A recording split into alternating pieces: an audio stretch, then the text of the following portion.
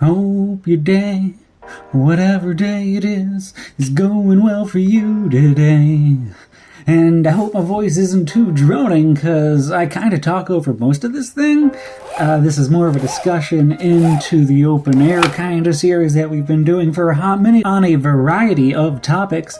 Today's being Disney, a little more specifically Disney movies. Although we won't not acknowledge other things going on behind the scenes entirely, just not specifically what this video is about. That being said, I'd love this to not just be a discussion into the open air. These questions are laid out in the description so they can be easily copied and replied to in the comments and shorts, at home privately, in your journal, or among friends, if that is where you feel most comfortable. This is really about learning what Disney means to you and me, and yeah. That's the point. How would you describe the Disney canon to someone who has never heard of the concept? Really easy. These are the animated movies that are produced, created at, and distributed by Walt Disney Animation Studios, formerly Walt Disney Feature Animation, formerly Walt Disney Production. While the many named Disney company also produces hybrid and live-action movies as well, the Disney canon was permanently affixed to the company by Disney themselves as a marketing ploy in the late 80s when they started advertising their movies as the nth Disney production, numbering a bunch of older movies in the process and once or twice mucking up the official lineup by inflating the numbers with some wartime movies. While Disney has decided what makes up the canon, and because the internet loves to sort things, fans have divided the canon itself further into its own specific eras, just generally presented as follows. The Golden Age, the Wartime Era, the Silver Age, the Bronze Age, Renaissance, the Experimental Era, the Revival Era, and what we're currently in, either the Streaming Era or the Monopoly Era. It's up to you. These little categories are broken apart by different people in different ways based on a bunch of different factors, from drama going on inside the studios, themes of the movies, qualities, and box office results. I've heard all be used as different reasons for eras starting and others dying a slow and painful death, but here is how I personally assign movies to the individual eras. The Golden Age, or the Tar and Feather Era, or Tar and Sugar Era. No real arguments here. People call it the Golden Age because these animated features both set standards for the Disney company and they just came first. The era gets its other names from its constant juxtaposition in tones and in the movie themes themselves. The Wartime Era, or Packaged Film Era, again, this era is pretty straightforward. These movies were either produced or released around the Second World War and were comprised of several otherwise unrelated stories. The Silver Age. This is where I start to put forth a little contention. I often see the Silver Age end at the moment of the studio founder Walt Disney's death, which would cut the era off at The Sword and the Stone. I can see one including The Jungle Book in this section though, as it is the last one Walt had a significant hand in producing. Also to note, I've also seen 101 Dalmatians, The Sword and the Stone, The Jungle Book, The Aristocrats, and Robin Hood lumped together in its own little era based on their unique animation techniques of using copy printers. The Dark Age.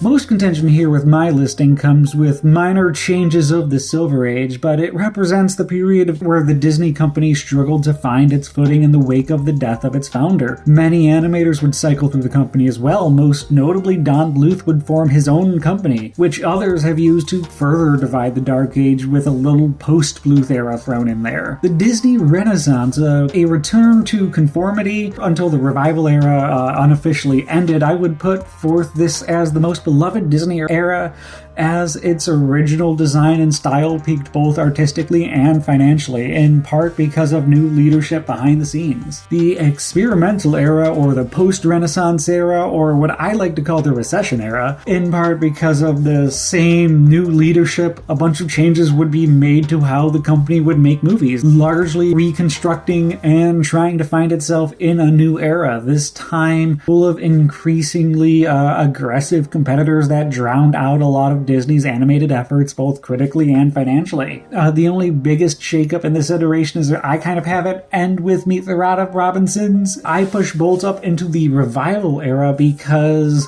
It's the first movie that was significantly worked on by another new round of leaderships, and spoilers, he is going to end the era when he gropes his way out of the company. But again, there is a return to form like in the Disney Renaissance, critically and financially, this time mixing its old tones and stylings with all the technology that they had been experimenting with up until this point. All this success would also help push the company into a new, arguably worse era. Post-revival era, or the streaming era, or the monopoly era, or the sequel era, or the personal trauma era, let's call it. Now, this is what we're currently in, between executives leaving the company, a series of almost hostile takeovers of other production studios, and a shift to streaming technology. I am comfortable saying we are well into a new age of Disney. Whether you want to start it with Ralph Breaks the Internet, as it starts both a trend and an emphasis on sequels, and dealing with personal trauma over big villainous antagonists. Or with Raya and the Last Dragon, when for the first time a Disney feature was released on the streaming service day and date with the theatrical release. And if you want a probably better explanation, I would absolutely recommend this video on the Disney canon. What an absolutely well put together and well researched video.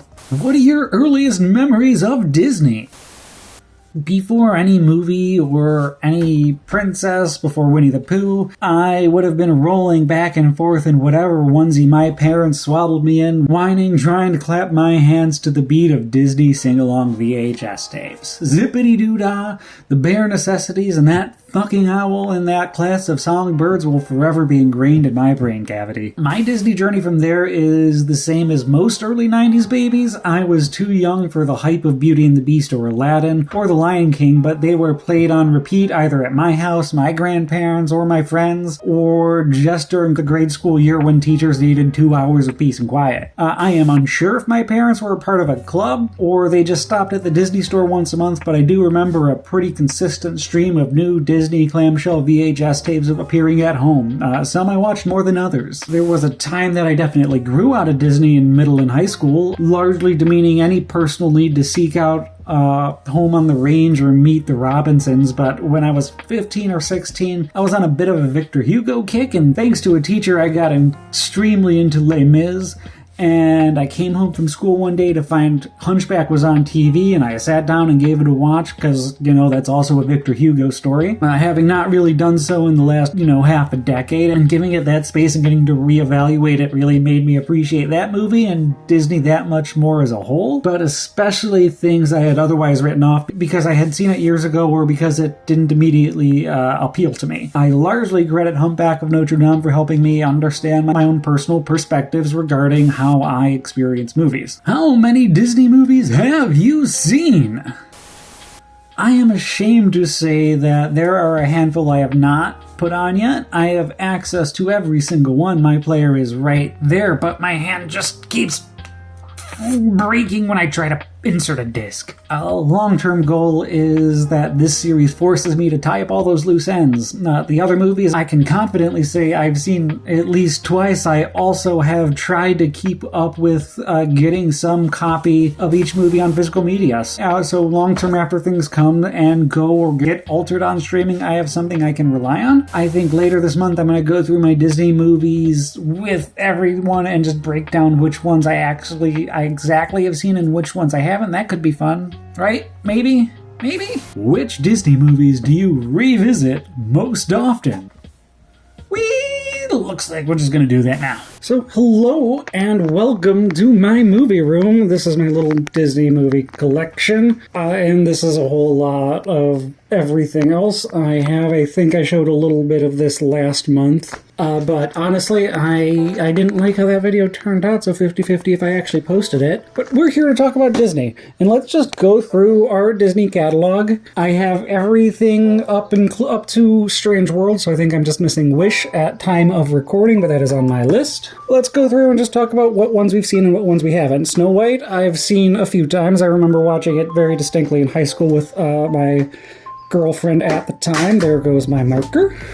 And Pinocchio, I didn't watch Pinocchio until much later in life, but I have, as I have with Fantasia. I watched Fantasia and Fantasia 2000 earlier this year. I very much enjoy those. Bambi, I've seen Bambi. I know I've seen Bambi, but it's been so long I don't remember anything about Bambi.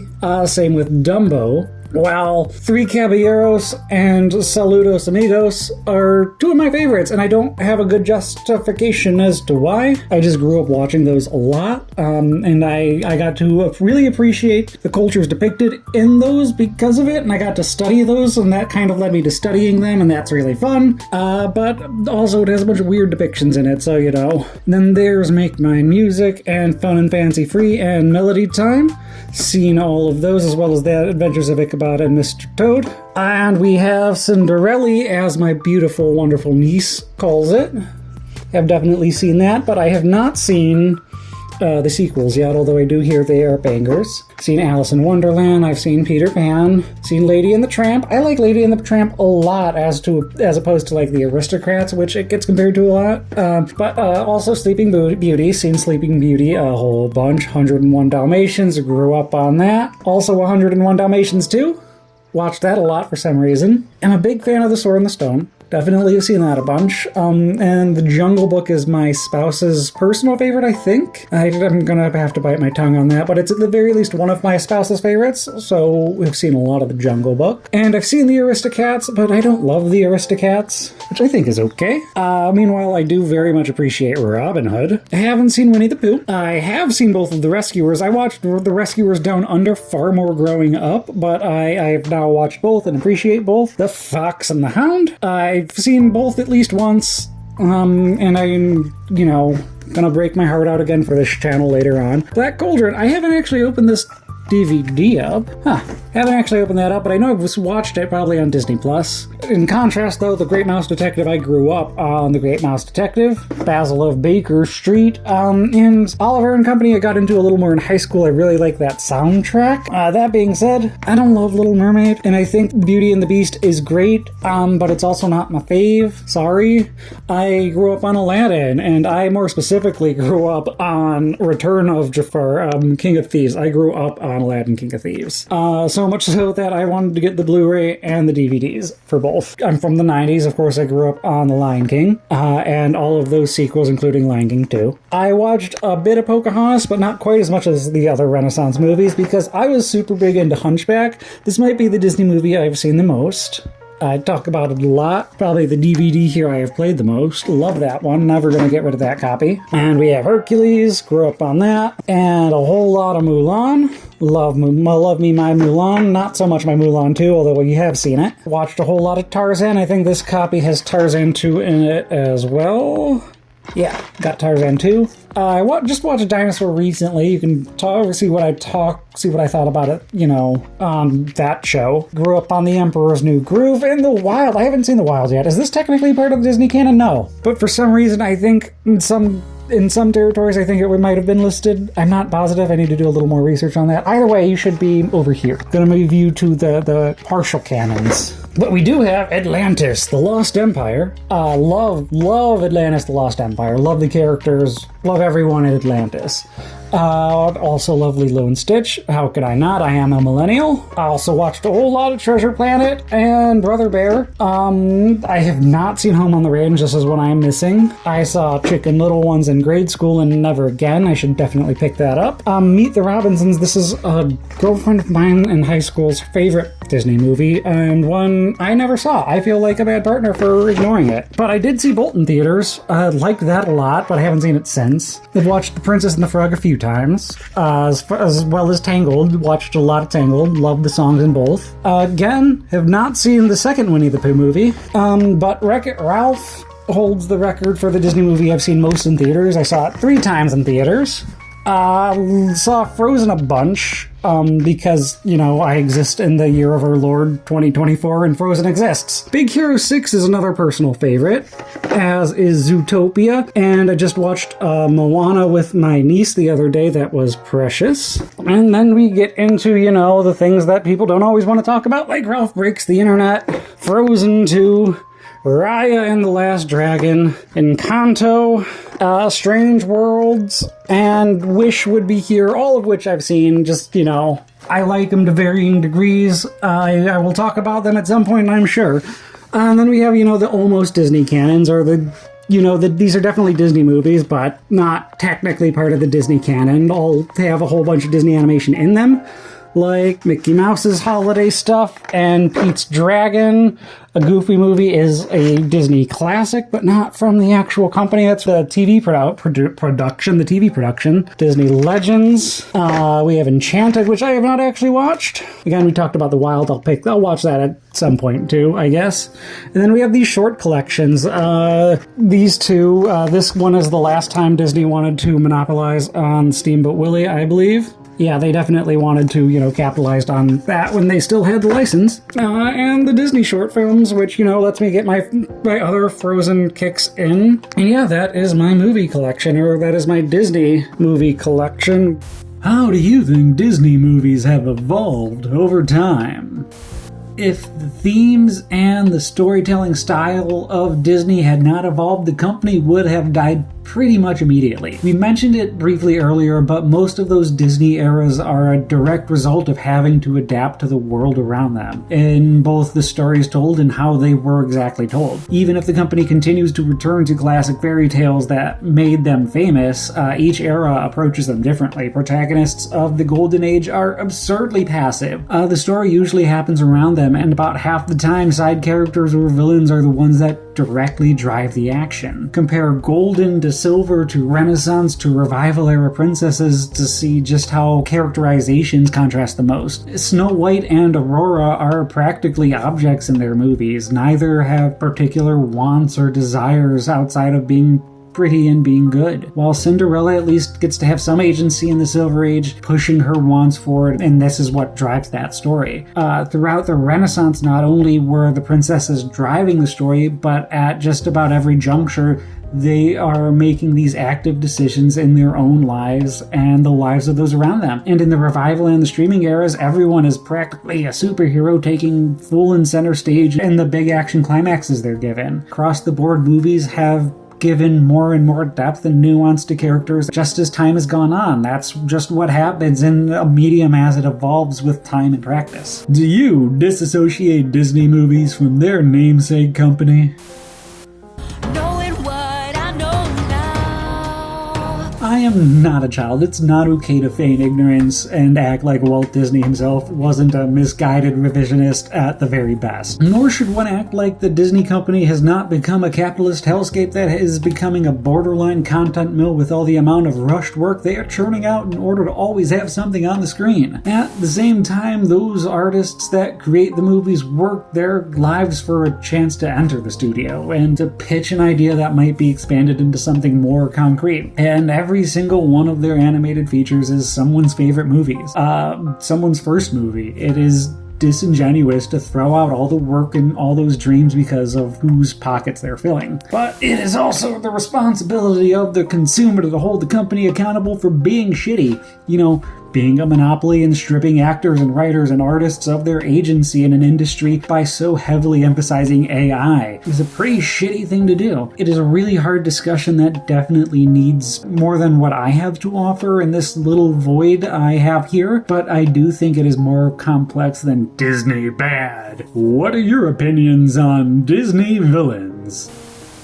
My opinion on Disney villains, in short, I think when they are done well, they are iconic. When they are done poorly, they are harmless to Disney's overall goals in the long run. There is not a Disney villain that has been done so badly that it is what would make or break the picture overall. There has been a recent trend, though, of Disney movies either not having a villain at all. We still have antagonists, but such more care has been put into humanizing the bad guys that they no longer appear to be bad guys. They made a whole movie about it, too, actually, which is not a bad thing that people are connecting more with these movies in a personal way because they see relationships they're familiar with reflected in these antagonists. But Disney should not forget that big bad guys out there do exist, and it is okay to ham it up from time to time to thematically rock an audience. If the rest of the movie is good, a bad villain is pretty harmless, but a good villain can make some of the least memorable experiences stand out and give a great image to refer to in the minds of, everyone seeing the movie for years to come. How do you feel Disney has impacted culture as a whole? Disney has become synonymous with animated movies as a whole. Ask a stranger on the street. Please don't actually do that. That's weird and intrusive to people's days. I hate it when people do that. Ask people what their favorite Disney movie is, and they're pretty likely to say Spirited Away or Toy Story or Ice Age, perhaps. And I really hope not Minions, but if that is your jam, and then really, tell me why. I want to know. Not one of those were actually made by Disney. 2 were not even distributed by the company. But you say Disney, people think animated movies. So what's your favorite Disney movie becomes what's your favorite animated movie. I hope. I have met people who legitimately do not seem to understand that not every animated movie is made by Disney, and that's a little concerning. Walt Disney, the man himself, perhaps intentionally tried and succeeded in directly influencing popular culture than any other human in history. Not only has his name become a common noun, but the man literally built towns that he could directly control and influence.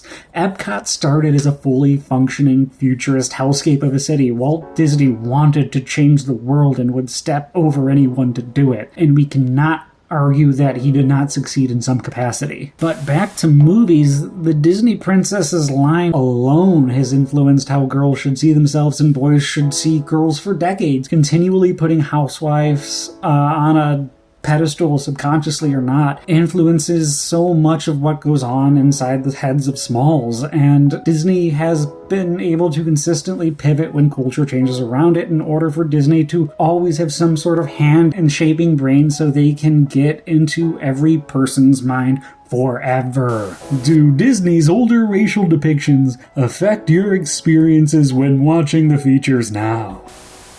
Yeah, it can't not. I was lucky enough to have parents that when What Made the Red Man Red played during Peter Pan, they would pause the movie either immediately or when the movie was over to explain that that's fucking weird and not appropriate to say and can be hurtful to a lot of people. So I both got to enjoy it for what it is and didn't walk away with shit views like I would hear from the other kids at school who watched the same movies. But immediately it kind of painted a picture for me that not everyone's brain worked the same way that mine does, and we can see the same picture and come out with 2 entirely different ideas of what is okay and what is not. It is irresponsible, it is harmful and wrong the way that Disney, the person and the company, romanticizes eras and stereotyped races as a shorthand in a product created for a general audience, yes, but sold towards children almost exclusively. If 1 out of 100,000 kids walked out of Peter Pan or Song of the South during the original theatrical runs with the wrong idea about American Indians or black people's place in the world, that is a huge problem because millions of people saw these movies and others, and that puts a lot of bigots back into the world. I also feel it's comparable to Disney's treatment towards women and girls in their early movies. Even if the characters are happy in their roles, they're usually pretty subservient, really showing any real agency. And there are arguments for it being accurate to women's roles at the time, but I've never seen anyone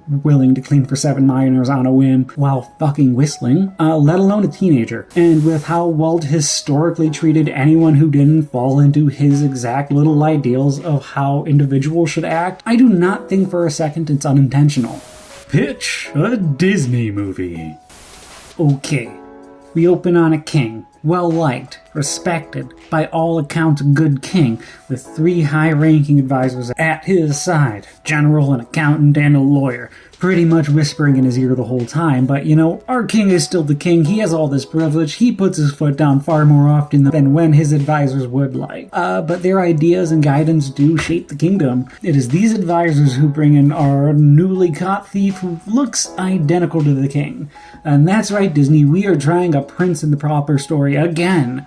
We have a body double who takes the place of the king when the king might be in danger in exchange for his life, for being, a thief or doing something bad. We are also introduced to the king's only daughter, hopefully our next official princess. And while the king is a great king, he is a pretty shitty dad, treating our princess like an employee or a subject rather than a dad and a father. And he would almost certainly argue that he is doing it for her own good because she is going to become a good leader. Oh, and she has the super cute pet turtle because we need an animal sidekick. Oh, and one night after a particularly bad fight, our lovely king ends up getting murdered. Like, murdered, like unalive, dunzo. I want to have a Takeshi on our hands as far as emotional impact goes, and that doesn't happen if he opens a random door and waves to the audience at the end in our final act. Our first act ends with the death of our king and our body double taking his place. Now the second act is finally all about our lead, the body double, learning how to really become the king. The advisors don't want there to be any confusion or chaos, so they replace the king without anybody noticing, and we would have seen a little bit earlier on about him learning etiquette and manners,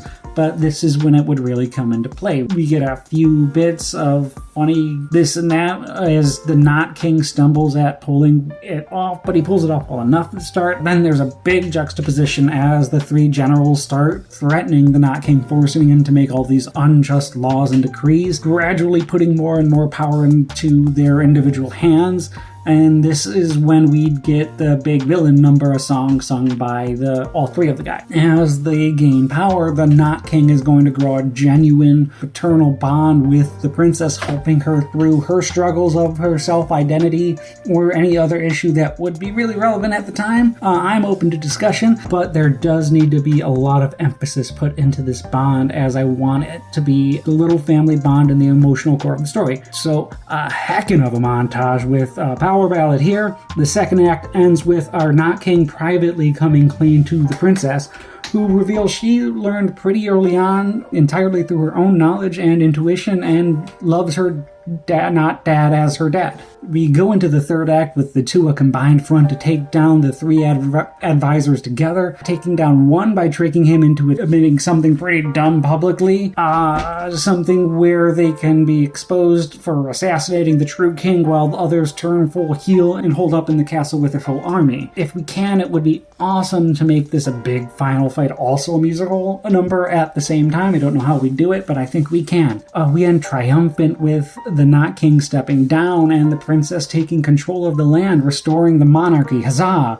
Or, sprinkle in a bit of democracy and power to the people throughout, so she can make her only decree as a ruler to help provide a peaceful transition of power to the people, depending on how Disney executives want to go with it. This is supposed to be a collaboration, right? True ending would be princess and the Not King just happily living their little found family life. And if you are unfamiliar, this is basically a Disney-fied version of Akira Kurosawa's Kagemusha, which in itself is directly based on, I thought, just The Prince and the Pauper or another fairy tale, but I just did some research and found out it's a real story, and I'm rethinking this idea because Disney doesn't have a great track record on being sensitive to real-world stories. So okay, instead let's do the Odyssey, but in the Treasure Planet universe. Using the same Treasure Planet ship designs, the Odyssey with space Renaissance pirates over space triremes. That's it.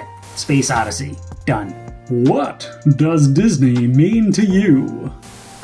Disney is such a big part of my childhood and a big part of me understanding who I am and who I was when I rediscovered my appreciation for them in my later teen years. I didn't even get to mention in this video my experiences of my parents taking me and my brothers to Disney World when I was small, and again, just me and my mom going because she had a work conference in the area and I was a young adult. My random fondness for characters like Jose Carioca and Vinny Santorini and Audrey Ramirez from Atlantis, The Lost Empire, or all of the Disney original series that I have adored, and shouting out again to Fillmore and the Owl House specifically. All of this also has to go largely unrecognized. Disney solely as an animated movie pioneer and juggernaut is not entirely fond memories for me. I do not adore every single movie in the Disney canon.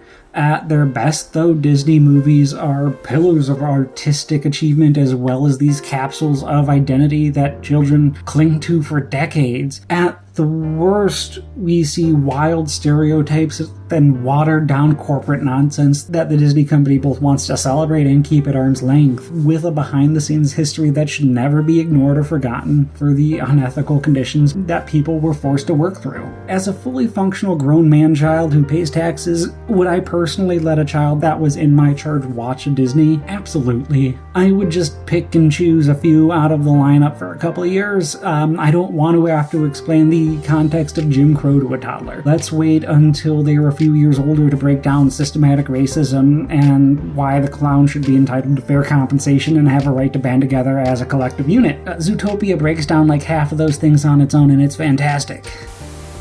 Okay, so that is a lot of what Disney movies mean to me, and I'm genuinely curious what Disney means to you now. For the people who grew up around the theme parks, I understand being into Disney has a lot more connotations than I can really fathom. Doubly for anyone in another country, what does Disney mean to you there? And yeah, with that we have upcoming episodes on Netflix and DC Comics. We're going to get into Dragon Ball. We're going to do horror and Friday the 13th and probably A Nightmare on Elm Street too. If you have any questions you want me to, throw out into this, I would love to hear them. Really want your questions, and I'm absolutely going to credit anybody who wants to be credited. Also, on a naming tangent, I did not want to title this just Disney disambiguously, but what does the Disney canon mean to you? Or what do Disney movies mean to you? Equally don't feel right. I hate generalizing like I ended up doing though. What do you think this video should have been titled?